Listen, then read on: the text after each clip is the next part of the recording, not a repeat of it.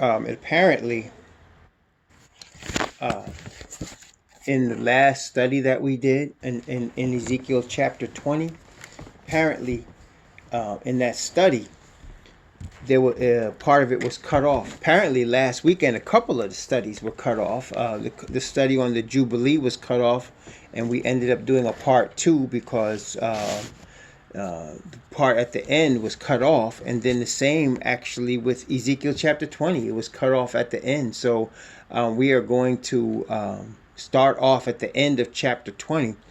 But before we do that, today, as we're studying chapter 21, as we study chapter 21, um, I want to also study a little bit of background, because chapter 21 goes into the concept which many of us have heard, but few of us have actually studied. The concept I'm talking about is the concept of standing in the gap. Have you all ever heard of that term before? Stand in the gap. It's a concept that I've heard among Christendom and other places, but I didn't. I know. Before I studied it in the Word, I actually didn't understand exactly what it meant. But there's plenty of examples, of course, in the Word for us to understand and for us to see. So we're going to look at that today, standing in the gap, because the Bible talks about that in Ezekiel chapter 21. It talks about that, and so we're going to get a little backdrop on that before we go into Ezekiel 21, so that we have an understanding of what's going on when the Most High is talking about standing in the gap, number one. And also, aside from that, that we might also understand what it's like, exactly, Sister Kimmy, is that we might also understand what it's dealing with in terms of where we are right now. And of course, all of this is of no use or very little use to us unless we understand how it relates to us where we are right now. And that's the one of the powerful things about prophecy is that again, as the Bible does describe prophecy, it's not only things that have already happened, it's things that are happening and things that are about to happen, and that the servants of the Most High might be prepared against the things that are happening and the things that are going to happen. The first time that I noticed this, I was studying this week, actually, as part of my regular Bible reading in the book of Numbers. And let's look at Numbers, and let's look at Numbers chapter 16. Numbers chapter 16.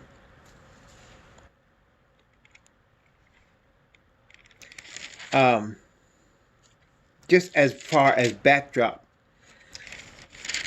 the children of Israel had gotten to the borders of the promised land. They had left the Egyptian bondage. The Most High had led them out. And they came across the wilderness. And there was a lot of issues that came up as they came across the wilderness. These issues having to deal with the preparation of the children of Israel, mostly with their murmuring and complaining, and the issues also even for Moses and for Aaron and for their preparation as well. And this is another thing, brothers and sisters, as we had talked about a few times and we'll continue to discuss even now, as we are going to go into the kingdom of the Creator, which he has given to the Son, his Son, Messiah, Yahushua. He has given the kingdom to him. And as we are going to be, or we endeavor to be subjects of that kingdom, there is a preparation, a spiritual character preparation for us who are here in these last days of the history of earth as we now see it, to be able to acquire, to be able to not only acquire that kingdom, but to be able to live in that kingdom. Brothers and sisters, we are living in the era of the lowest morality that has ever existed on planet Earth. We are living in the time, the generation, where things have never been as low morally as they are right now. And they're going to get worse.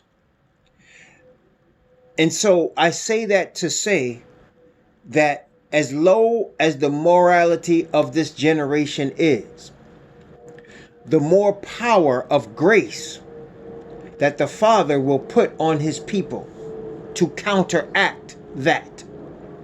But actually, it's the other way around. As the Father's putting his grace and his spirit on his chosen people, Satan is raising up his people and raising up his kingdom. Because just as the Father is put out the word already out of his mouth that his son is going to be King of Kings and Lord of Lords, and we saw that in the book of Revelation, his son is going to be King of Kings and Lord of Lords.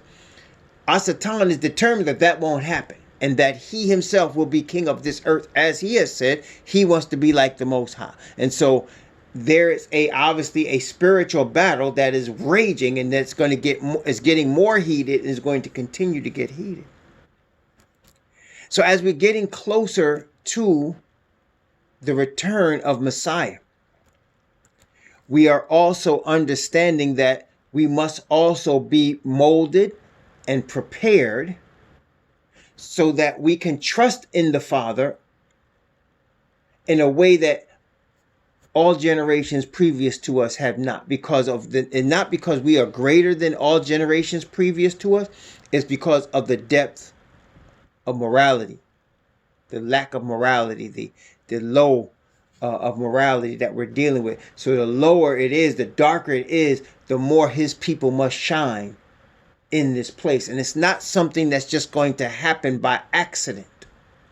It is developed in us. And I want to just use an example. And this is how, I think you'll agree when I explain it, this is how the Father works with his people. For example, have you ever prayed for patience?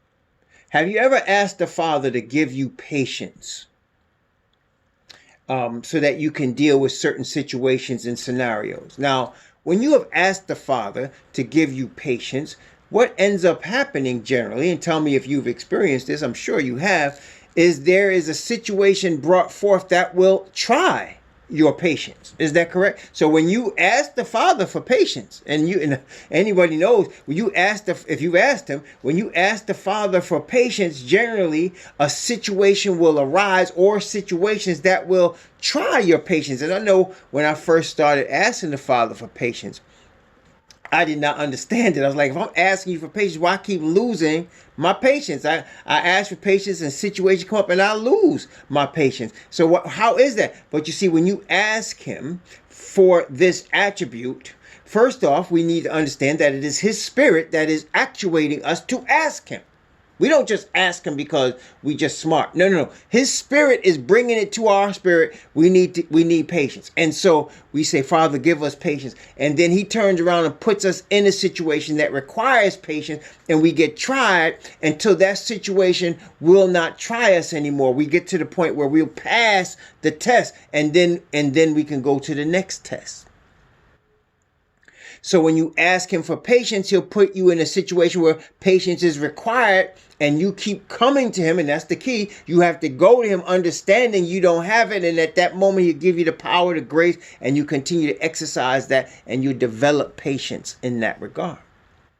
I used to, there was a long time when I was actually afraid to actually ask the Father for patience, because I knew very well that by putting the request in, I was going to be put into a situation where I would probably lose my patience. But I have learned over the time that the Bible showed us in the book of Job, the thing which you greatly feared is come upon you. So therefore, the things which we fear, we can't fear them anymore. We have to face them. And I decided I want to be patient. I want to be humble. And so he puts me in situations where I need patience and I need humility. And it's not easy. But at the same time, I know I'm getting blessed and I'm gaining from it, being developed in the Father's school of his spirit of perfect righteousness. And so we praise the Most High. And it's the same with anything you ask the Father for. If you ask the Father for wisdom, he's going to put you in situations where you have to make a wise decision. Whereas normally you may not have made a wise decision in the past. You might have failed many times, but he's going to put you in a situation, and he's not just going to put you in a situation. He's going to alert you that the situation is now existing. This is the situation you asked for because you asked for wisdom, and he's going to guide you in the decision you should make. And you might even fail a few times, like with the patience, but then after a while you will learn because you're asking the Father, and actually his Spirit and his angels are working with you to bring forth that attribute. Okay? Wisdom, righteousness, mercy, grace, patience, humility, all of these things we are being trained, and we must be trained in all of these things. We must be trained in all of these things in order to be developed in character like the Father. So we are in this preparation so that we will be able to live in the kingdom with angels and with saints from times past, like a Moses, like a Abraham, like a Yochanan the Baptist. We'll be able to live in society with these people and be happy, and they'll be happy, and the kingdom will be happy. You see, brothers and sisters, let me just explain to you in a very stark way so that you will understand. If Asatan was brought into the kingdom of Messiah, do you think he'd be happy? If Asatan was brought into the kingdom of the Messiah, do you think he'd be happy? No. He would be miserable. He'd be absolutely miserable. Why? Because the glory, the praise, and the honor wouldn't be going to him. It'd be going to the Father and to Messiah, right? And so he would be absolutely miserable in such a situation. Just so any person that is not prepared for the kingdom would be miserable there. If somebody is a narcissist, which this generation in which we live is suffering from an extreme form of narcissism, we know that. I mean, we can obviously see it. It's all around us. It's an extreme form of narcissism. And so you bring a narcissist into the kingdom, they're going to be miserable because they're not getting all the attention. And they want the praise and the attention to be to them. See? So they're going to be miserable. So there's a training that has to take place. Well, our fathers were going through that same training, and they got to the borders of the promised land, and as we know, 12 spies were sent into the promised land, and they came after 40 days being in the promised land. They came back and they said, sure, the land is the land flowing with milk and honey, definitely. And they brought back samples of the fruit, and they actually called part of the place Eshcol, because it was the grapes that they brought back was so large, so juicy, so sweet looking, so plentiful. They had 2 people carrying it back with them back to the camp. And so what happened now, they also added to their report by saying there's giants in the land and there's no way we could take it. The Most High brought us to this land. It is surely a land flowing with milk and honey, but the people there are big. They're big, they're strong, they're well armed, their cities are well fenced. There's no way we could take it. 10 of the spies brought back that report. 2 of them, Joshua or Yahushua and Caleb, they brought back a report that said, nah, they are bread for us. It doesn't matter what they look like. Their defenses is taken from them. The Most High will deliver this land to us. And because they brought back that report, the people was like, y'all brought us out here to get us killed. And they wanted to stone Joshua and Caleb. They wanted to stone Moses and Aaron.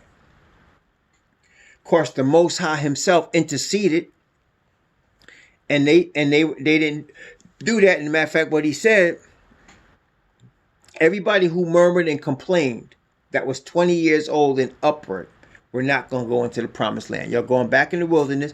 Everybody that murmured and complained is going to die in the wilderness.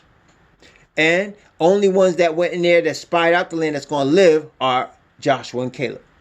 The rest of you are going back in, and you're going to be out in the wilderness for 40 years before we come back to the borders of this promised land. Of course, at that point, they were being rebellious. Our fathers, just like us, naturally rebellious. They decided, now we're going to try. No, we're going to go into the land now. We're ready to go in. And he said, no, don't go in. And the Ark of the Covenant stayed with Moses. They tried to get in and they got beat. They got Orma. which means utter destruction, where you got Armageddon from. Utter destruction. Orma, that's what the Bible describes it. They got Orma. Whenever they call a place Orma, it means somebody got utterly destroyed. So they went in there and caught it. So then what ended up happening, instead of, now listen now, the cloud of the Most High was with them. He guided them. They saw, these are people that actually saw the plagues come on Egypt. They actually saw it. They actually walked. These are the people that actually walked on dry ground through the Red Sea. These are the people that were actually fed with manna in the wilderness. These are the people that saw water come out of a rock. These are the people. He was the very people. And so what they decided to do, though, they decided to look at Moses. These are also, most importantly, the people that actually heard the voice of Yahweh from Mount Sinai, thundering the covenant. They heard it. And so they decided to look at Moses and blame him and blame Aaron. And so Korah, Dathan, Abiram, these people represented the Kohathites, and they also represented the sons of Reuben. They came to Moses, and they came with 250 princes from the 12 tribes, people that were men, the Bible says, men of renown, big time, big time. And they came to Moses and said, you try to make yourself a prince over us. You try to make yourself a king over us, leading us back into this wilderness.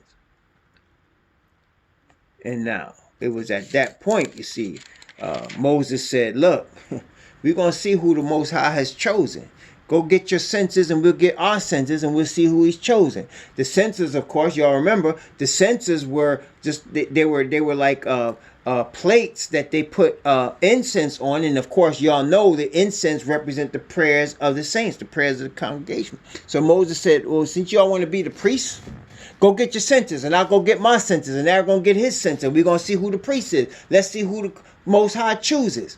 At that point, of course, Moses said, now if the earth opened up her mouth and swallow all y'all up whole, we're going to know the Most High sent me. And of course, that's what happened. Korah, Dathan, Abiram, and everybody with them, children, their wives, the earth opened up and swallowed them and closed them back up. They were buried alive.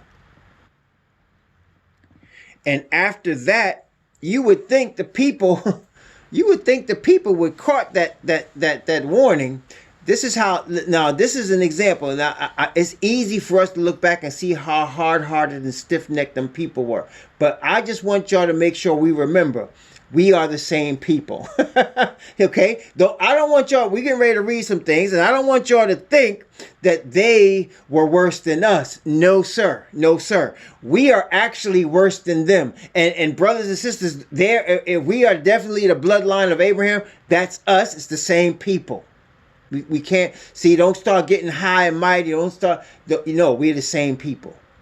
And it's for us to know that so that we can keep ourselves humble before the Father and we can get this blessing that he wants to bestow upon us before we get into the kingdom. But let's start this story up now. I gave you the backdrop. Let's start at Numbers chapter 16. This is after Korah, Dathan, Abiram, and the earth opened up their mouth and killed all of them. This is after that. This is after they murmured and complained about Moses and Aaron. This is after that. Okay, let's start at verse 41 of Numbers chapter 16, and let's go down to verse 50. Numbers chapter 16 from verse 41 down to verse 50. Notice what it says.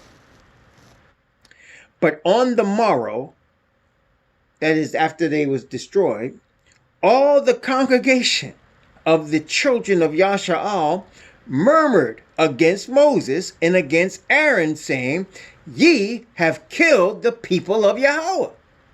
And it came to pass, when the congregation was gathered against Moses and against Aaron, that they looked toward the tabernacle of the congregation, and behold, the cloud covered it, and the glory of Yahweh appeared.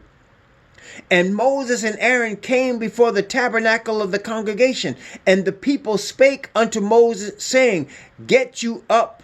Excuse me, let me back up again. I don't want to mess this up. And Yahweh spake unto Moses, saying, get you up from among this congregation, that I may consume them as in a moment. And they fell upon their faces. And Moses said unto Aaron, watch this, take a censer and put fire therein from off the altar, and put on incense, and go quickly unto the congregation, and make an atonement for them. For there is wrath going out from Yahweh. The plague is begun. And Aaron took as Moses commanded, and ran into the midst of the congregation. And behold, the plague was begun among the people. And he put on incense and made an atonement for the people. And he stood between the dead and the living, and the plague was stayed. Now, they that died in the plague were 14,700, beside them that died about the manner of Korah. And Aaron returned unto Moses unto the door of the tabernacle of the congregation, and the plague was stayed. So here you have Aaron being sent to stand in the gap. He stood between the dead and the living. The plague had already begun. Now let's ask you a question. Let's ask some questions here. Did Aaron run in the midst of those people because he didn't care about them? Or was it that he was trying to save some people from death? I think the answer is obvious. He was trying to save people from death. Why were they getting ready to die? Because they were in sin. They were in sin, and they were unrepentant, and they were complaining and murmuring about the messenger of the Most High, which was Moses and Aaron, and about the judgment that had been delivered on the 250 princes. Remember, they came to Moses and Aaron and they said, you, talk about Moses and Aaron, you have killed the people of Yahweh. They called the people that were rebellious against the true messengers the people of Yahweh, and said, you have killed the people of Yahweh. Yes. Really what they were doing, they were going against the Father. Brothers and sisters, this is point number one we want to make today for sure. If we believe there's one Father, we must also understand he is in control of everything. Huh? And when our spirit bear witness that he is leading and guiding our way, we have to be humble. We have to understand. And when them brothers rose up against Moses, against Aaron, and tried to make themselves princes, and because they were men of renown, the Most High wasn't with them, no. And he destroyed them, and the people didn't want to accept that. And they said, Moses, you killed the people of the Most High. You killed the people of Yahweh. And Moses, understanding how Yahweh was feeling, and Yahweh was like saying, look, Moses, Aaron, get out from among these people. I'm just getting ready to take care of this business right quick. I'm getting ready to take care of this business right now. I'm tired of these people. And Moses and Aaron bowed their heads down. And Moses told Aaron, go quickly intercede for the people. Brothers and sisters, let me tell you something. In this age in which we live, our people, the Israelites, are in a bad condition. I want to make sure you're hearing what I'm saying. Our people are in a very bad condition. Okay? Not only are we just as rebellious, brothers and sisters, you would think. See, this is the thing. You would think, if you look back, as many of us as have been lynched and put in jail and shot, right? As many of us, and we know when our fathers came over here on slave ships, butt naked and put on blocks like we was pieces of meat, you would think that we would have some sort of, I don't know, repentance about that we would be totally like embarrassed by that. We would be coming to the Father. But no, that's not the case. See, we're thrown off by thinking we're Americans. We're thrown off by thinking this culture is ours. We're thrown off by thinking white Jesus. You know, white Jesus is what we're supposed to be worshiping.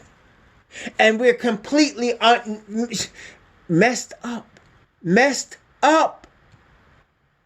And that's the problem with Laodicea. Laodicea does not understand its true condition. Messiah is trying to tell them. But they're not buying it. Brothers and sisters, the word is written for us to understand what our fathers messed up on. The Spirit is given for us to learn from the mistakes of our fathers. And notice the standing in the gap. What does that mean? Brothers and sisters, you and I know people personally, people we've met, people we've seen that are bone ignorant, man. I mean, bone ignorant. But bone ignorant. And I'm not saying that to be ugly. I'm not saying that to be nasty. I'm just saying that's the condition. Bone ignorant, man. Bone ignorant. And what does it take? We have to be praying for our people. We have to be praying for our, listen, we have to be praying for our people, our relatives, the people we know, our acquaintances that we know are in this condition. Brothers and sisters, it's about to come off. In the next few years, it's about to come off. You know, brothers and sisters, there were people in the days of Noah. They were going about their daily business like nothing was going to happen until the day that flood came. And only 8 human beings was on board that ark, brothers and sisters. Only 8 human beings in the entire planet Earth was on that ark. 8. Okay? The vast majority of people are not going to follow this truth. That's just the way it is. We have to be interceding for our people. We have to intercede for our people, our fathers, our mothers, our cousins, our brothers, our sisters. We have to intercede for our people. You hearing what I'm saying? That's what this is about. We ourselves have to be humbled, and we have to go through these developments in order for us to be prepared. Moses and Aaron, as you read, they went through it. Dealing with our people, they went through it. They went through it. The Bible says they got Moses to the point where he spoke unadvisedly with his lips. Let's look at another example. Same book of Numbers. Let's look at another witness in Numbers. So Numbers is kind of like, it's actually, it's giving you a historical narrative. But let's look at Numbers chapter 25. This is after Balaam tried to put a curse on the children of Israel, and the Most High didn't allow it. Balak had hired him to put a curse on the children of Israel, and the Most High didn't allow it. And what ended up happening was the Most High, of course, blessed his people with the mouth of the man that wanted to curse his people. He blessed his people. And so what the man did, the Bible says he counseled Balak. It didn't show you this in Numbers, but it shows you this. Well, it does show you this later on in Numbers. Moses actually says it later on in the book of Numbers. He actually says it when they were going to kill the Midianites. He actually tells him this. But when they tried to save the woman alive, in chapter 31 of Numbers, he actually tells them in chapter 31, he says that through the counsel of Balaam, the woman caused the people to sin. And of course, Revelation tells us the same thing in chapter 2. So, but here, so now the women of Moab were influencing the men of the nation to commit fornication with them and to worship their gods. Now, let me just give you all the biblical understanding of fornication. We've done it before, but I want to do it again. There's various ways that fornication could take place, but most of them are not the common ways you think about from Christianity. All right. So first off, fornication, let me give you the obvious one. Obvious fornication is a man having sex with a woman, and that woman he's having sex with is having sex with different men, like more than just that man. So in other words, she might have another boyfriend, she might have a husband, she might have somebody else, she might have just had sex with somebody else recently, and now you having sex with her. That's fornication. Because a woman's only supposed to have, I'm just going to be blunt, she only supposed to have, according to the Bible, one penis coming up in her. That's her man's penis. That's the only one supposed to be riding up in her. There's nobody else supposed to come. So if she got more than one coming up in there, that's harlotry and that's fornication for the man that's doing that. Does that testing 1, 2, 3? You guys follow me on that one? That's a pretty obvious one. Okay? Pretty obvious one. I mean, and I break it down like that because in the Bible, you know, a man did have more than one woman. Because see, in the Bible, there was no Social Security. There's no Social Security in the Bible. There's no unemployment in the Bible. So a woman was dependent on a man to take care of her financially, provide for her. That's what marriage is, and that's why you see brothers in the Bible with more than one wife, because he was providing for this woman. So whether you was wife number one or the concubine or whatever, it was just that one man you were having. Okay? You didn't hear about Hagar having another man after Abraham. That was her man right there. And that was it.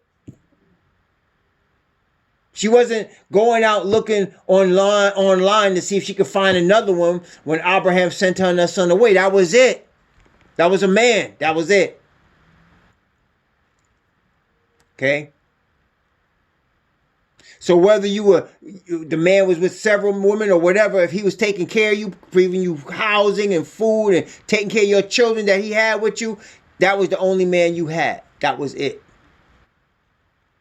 Now, of course, I totally understand, and we all understand that today in our culture, in our society, that's difficult for a number of reasons. Number one, most of these brothers can't take care of more than one. Can't hardly take care of one, much less more than one. That's problem number one. Problem number two is because of the culture in which we in. The culture in which we in, you know, the women, they're not having that. They're not having that. Well, some women will have it, but most women are not having that. Okay? Like, and then, of course, there's the vow. So I took a vow, just to let y'all know, I took a vow that I told the Most High, I'm only having this one woman. This is it. This is my only lamb right here. I don't have a whole stable of lambs. I just got this one. And believe me, taking care of her has been, challenging at times. Not for her, because of me, though. Because of me, though. So I gave a vow that I'm only dealing with her. Okay? So that's it. And she only dealing with me. Ain't nobody else touching my woman. See? So that's fornication number one. Fornication number two, let me break this down for you. A man is having sex with a woman that worships another god.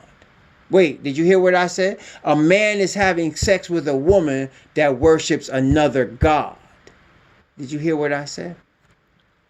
So if you out here messing around with somebody and y'all just like each other, and you an Israelite and she is worshiping another god, Jehovah Witness, SDA, whatever it might be, unless she gonna become part of your nation, you fornicate. All right? You fornicate. You following what